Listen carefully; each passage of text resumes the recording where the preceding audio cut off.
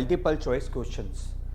इससे फायदा क्या होगा, ओवरऑल आप पूरा स्टाफिंग चैप्टर भी रिकॉल कर लोगे और इसके सारे इंपॉर्टेंट कॉन्सेप्ट एक बार आपके शफल हो जाएंगे, रिकॉल हो जाएंगे।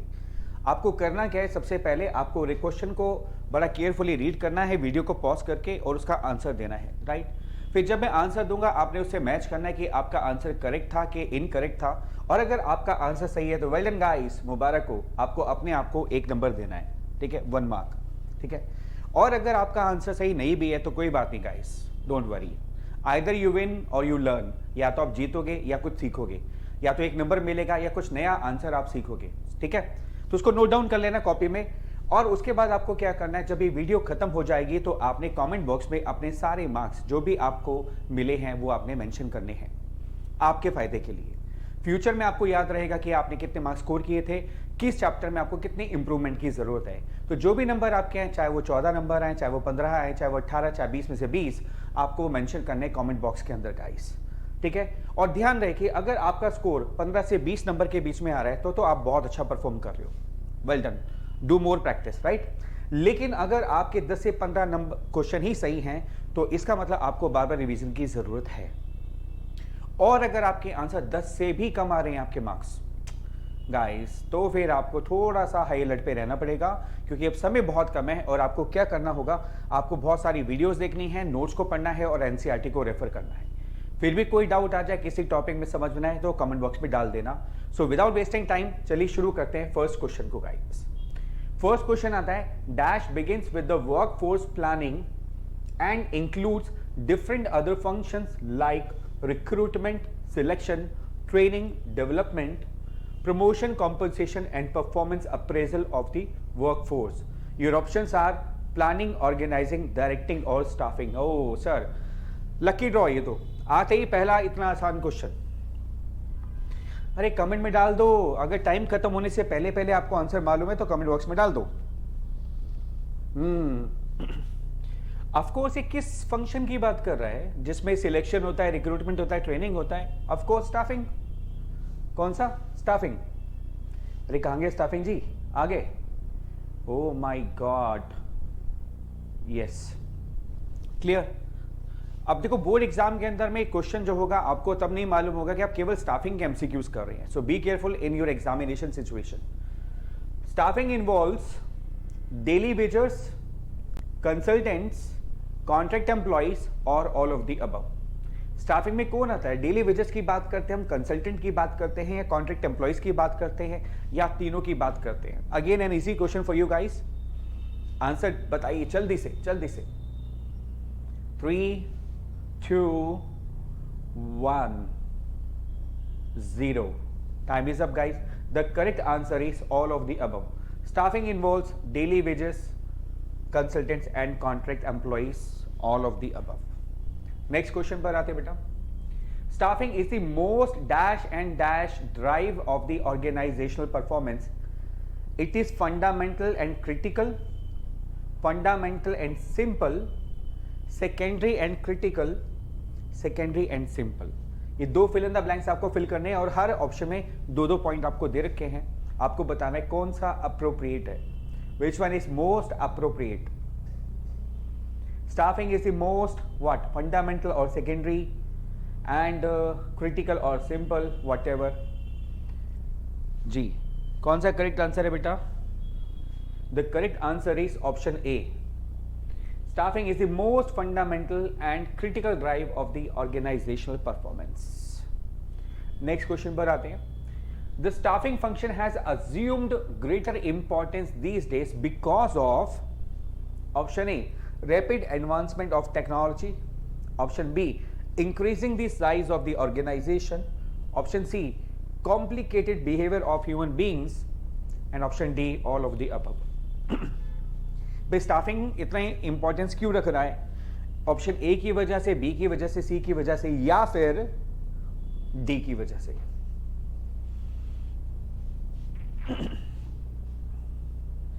2, 1, 0। Time is up guys. The correct answer is all of the above. Staffing function in तीनों की वजह से ज्यादा इंपॉर्टेंस रख रहा है आजकल। Next question, which of the following is not the function of staffing? Training, promotion, compensation और नन ऑफ द अबव। आपको बताना है कौन सा फंक्शन नहीं है स्टाफिंग का। ट्रेनिंग नहीं है, प्रमोशन नहीं है, कॉम्पनसेशन नहीं है, या इनमें से कोई भी ऐसा नहीं है कि जो उसका फंक्शन ना हो।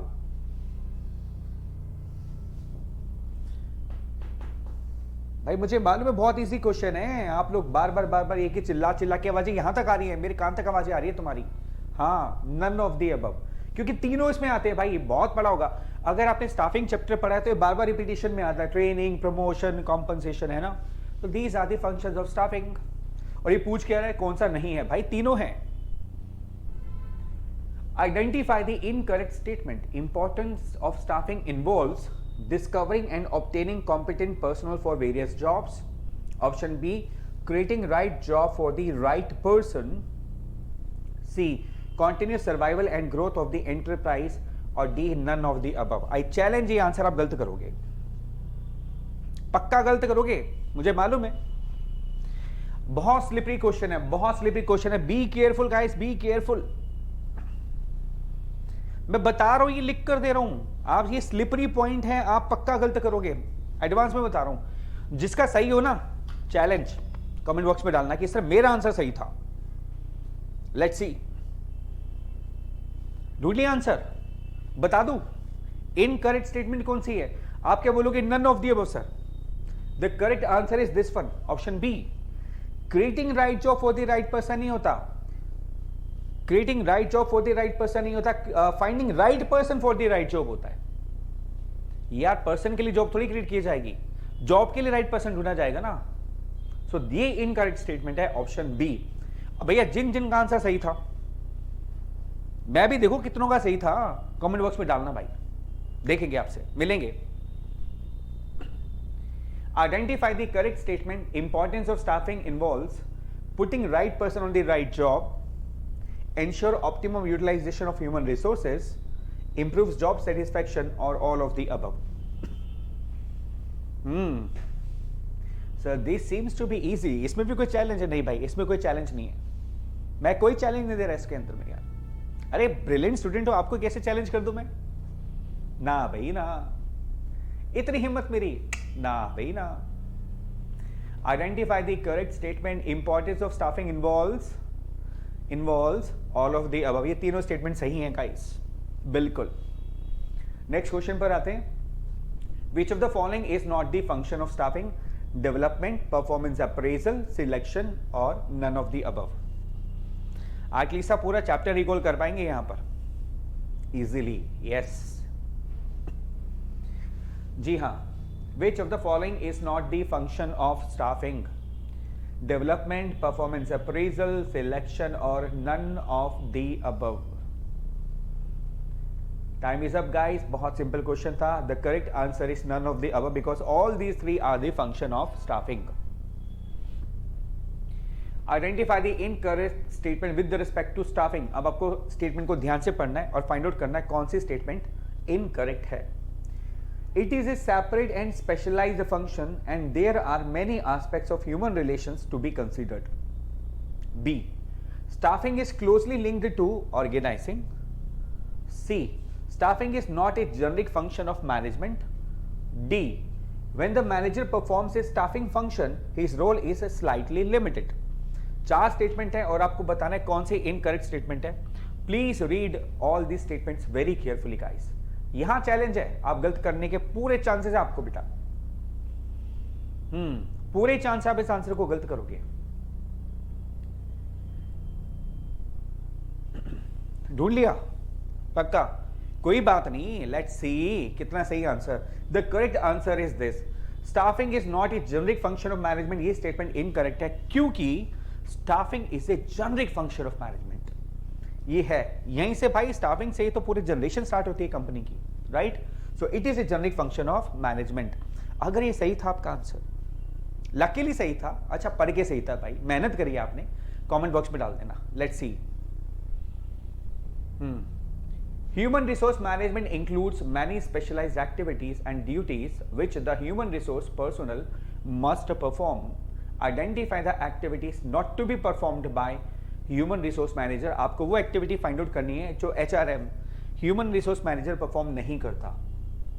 Recruitment, analysing jobs collection information about jobs to prepare job description, यानी रिक्रूटमेंट की बात कर रहे हैं, यहाँ जॉब डिस्क्रिप्शन की बात कर रहे हैं, यहाँ पर कॉम्पनसेशन इंसेंटिव प्लान की बात कर रहा है और कह रहे हैं none of the above. Find out करो, identify the activities not to be performed. इनमें से क्या कोई ऐसा फंक्शन है या एक्टिविटी है जो HRM यानी ह्यूमन रिसोर्स मैनेजर परफॉर्म नहीं करता।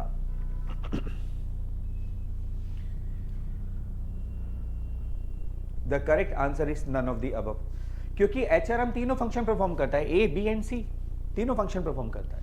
सो answer will be none of the above. Next question पर आते हैं। Staffing is referred as a line activity, staff activity, both line and staff activity और नन ऑफ द अबव। बहुत प्यारा question है ये क्वेश्चन कई बार एग्जाम में आ भी चुका है। अभी बताऊंगा इसके आंसर की बात, किस टाइप का क्वेश्चन आया हुआ है।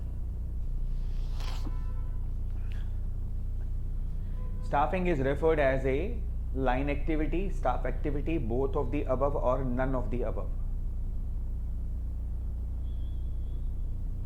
Yes, the correct answer is staffing is referred as a both of the above line as well as staff activity. ये फुल फ्लेज क्वेश्चन भी आता है, staffing is referred as a line activity as well as staff activity explain. ये question भी directly आ सकता है आपका। नेक्स्ट क्वेश्चन पर आते हैं। Water water everywhere and not a drop to drink. बहुत प्यारा क्वेश्चन है, बहुत अच्छी स्टेटमेंट है ये। Water water everywhere and not a drop to drink, ये कह रहे हैं कि पानी सब जगह पर है लेकिन पीने का पानी एक बूंद भी नहीं है। मतलब ये जो स्टेटमेंट है ये किस बात को एम्पलीफाई करती है?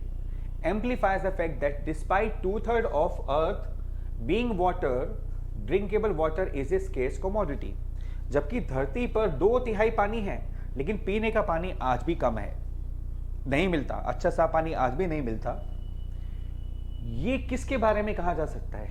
Right job for the right person के बारे में, training development for the right person के बारे में, performance appraisal of the employees के बारे में, या right person for the right job के बारे में। ये right job for the right person है, वो right person for the right job है ना? दोनों सिमिलर लग रहे हैं, इसमें अलग लगे हैं। चलिए guys, water water everywhere and not a drop to drink, ये स्टेटमेंट किससे मेल खाती है भैया बताओ? ए से, बी से, सी से या डी से? ये आपको बताना है। और मैं बता दूं ये स्टेटमेंट आपकी एनसीईआरटी से ली गई है गाइस। जी हाँ, अभी हम सोचना सर ये सब आउट ऑफ सिलेबस है, कहां से क्वेश्चन आ रहे हैं? एनसीईआरटी से गाइस, एनसीईआरटी से। The correct answer is right person for the right job. पता है कैसे यार? आप जॉब के लिए लोग ढूंढने जाओ तो इतने सारे लोग हैं अनएम्प्लॉयड, हर बंदा जॉब के लिए खड़ा है, वैकेंसी के लिए लाइन लगी हुई है।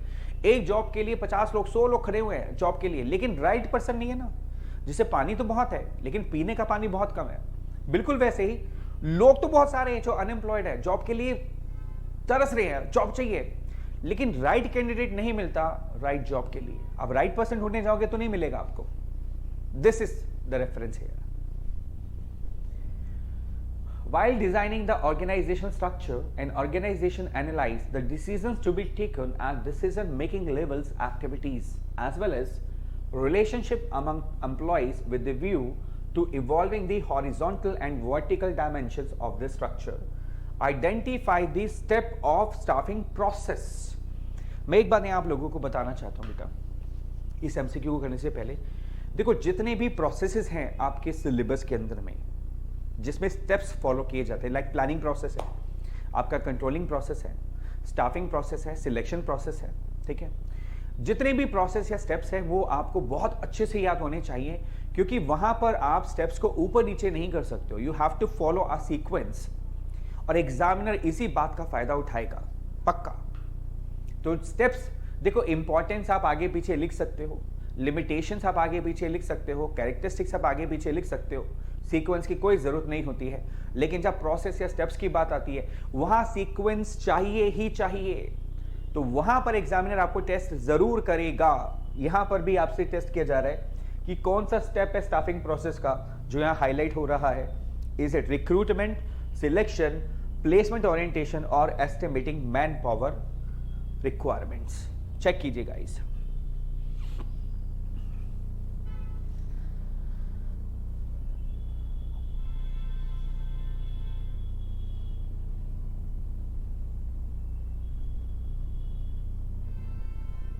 हाँ जी, यहां पर कौन सा स्टेप है जो हो रहा है, that is estimating man power requirement.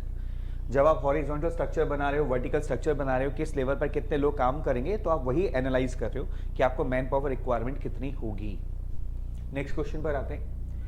In dash, the employee is given a brief presentation about the company and is introduced to his superiors, subordinates and colleagues. He is taken around the workplace and given the charge of the job for which he has been selected. इसको हम क्या बोलते हैं, orientation बोलते हैं, placement बोलते हैं, recruitment बोलते हैं, या सिलेक्शन बोलते हैं? Answer is up to you guys. अगर आपको आंसर आता है तो जल्दी से कमेंट बॉक्स में डाल देना गाइस। अब तक लाइक नहीं किया यार, हद दोगे वैसे, मतलब क्या क्या कर रहे हो? अब तक वीडियो को लाइक ही नहीं किया, कर दिया, थैंक यू। चलिए, the correct answer here is placement. This is called placement. Next question पर आते हैं। Human resource management includes many specialised activities and duties which the human resource personnel must perform. Identify the activities not to be performed by human resource manager. कौन सी activity है जो HRM नहीं करता? Providing for social security and welfare of employees. B. Defending the company in lawsuits and avoiding legal complications. C. Handling grievances and complaints. And D. None of the above. कौन सा function है जो HRM यानी human resource manager नहीं करता? 5 4 3 2 1 0। The correct answer is none of the above. क्योंकि भैया वो सारे फंक्शन परफॉर्म करता है, HRM सारे फंक्शन। अब ये भी एक इंपॉर्टेंट टॉपिक है, ह्यूमन रिसोर्स मैनेजर्स के कौन से फंक्शंस होते हैं, इसको आप अच्छे से कर लीजिएगा, राइट। एक ही टॉपिक है आपके पास HRM का इसके अंदर में, तो वहां से क्वेश्चन आ सकता है। Moving to the next question guys. Many reputed business organisations keep a database of unsolicited applicants in their offices. List of such job seekers can be prepared and can be screened to fill the vacancies as they arise. Identify the source of recruitment. Recruitment के बहुत सारे sources होते हैं। Recruitment दो type का होता है, internal as well as external. तो एक्सटर्नल के बहुत सारे सोर्सेज होते हैं, इंटरनल के भी होते हैं। आपको यहाँ पर बताना है फिलहाल कि कौन से सोर्स की बात कर रहे हैं। ये एडवर्टीजमेंट की बात कर रहे हैं, कैजुअल कॉलर्स की बात कर रहे हैं, डायरेक्ट रिक्रूटमेंट की बात कर रहे हैं, या फिर कैंपस रिक्रूटमेंट की बात कर रहे हैं। Sources of recruitment specially external आपके एग्जाम में आने का चांस बहुत ज्यादा है, बहुत ज्यादा।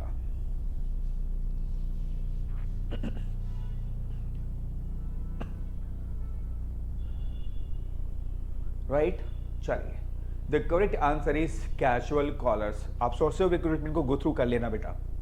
दिस इज कैजुअल कॉलर्स, जहां जॉब सीकर्स होते हैं, उनकी लिस्ट होती है आपके पास, आप स्क्रीन करते हो और उससे आप कॉल करके वैकेंसी को फिल कर सकते हो। Dash enable an assessment of the number and types of human resources necessary for the performance of various jobs and accomplishment of organisational objectives. Dash, इसको वर्क फोर्स एनालिसिस बोलते हैं, placement बोलते हैं, orientation बोलते हैं, या वर्क लोड एनालिसिस बोलते हैं। बहुत अच्छा पॉइंट है ये।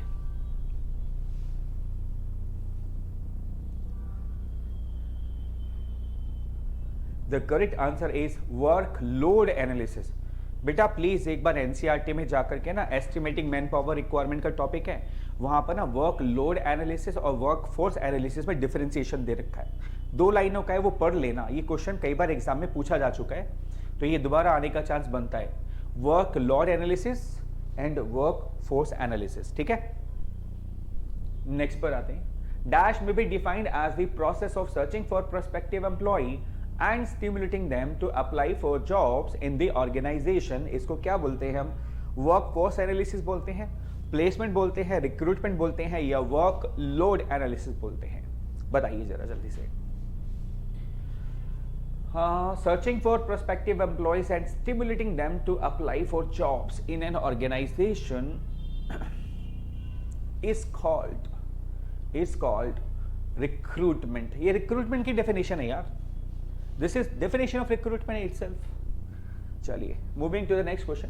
Dash is a process of choosing from among the prospective candidates developed at the stage of recruitment. Recruitment के स्टेज पर जो हमारे पास एम्प्लॉइज कैंडिडेट्स डेवलप होते हैं, आते हैं, उसमें से चूज करने के प्रोसेस को क्या बोलते हैं हम लोग? वर्कफोर्स एनालिसिस बोलते हैं, प्लेसमेंट बोलते हैं, रिक्रूटमेंट बोलते हैं, या फिर सिलेक्शन बोलते हैं guys. Yes, the correct answer here is selection. Selection is a process of choosing from among the prospective candidates developed at the stage of recruitment. ये उसकी definition थी selection की. Coming to the last question, dash is introducing the selected employee to other employees and familiarizing. It's not familiarizing. Sorry, ये typing error है. And familiarizing him with the rules and policies of the organization. इसको क्या बोलते हैं हम? Orientation बोलते हैं, placement बोलते हैं, रिक्रूटमेंट बोलते हैं, या फिर सिलेक्शन बोलते हैं. Yes guys,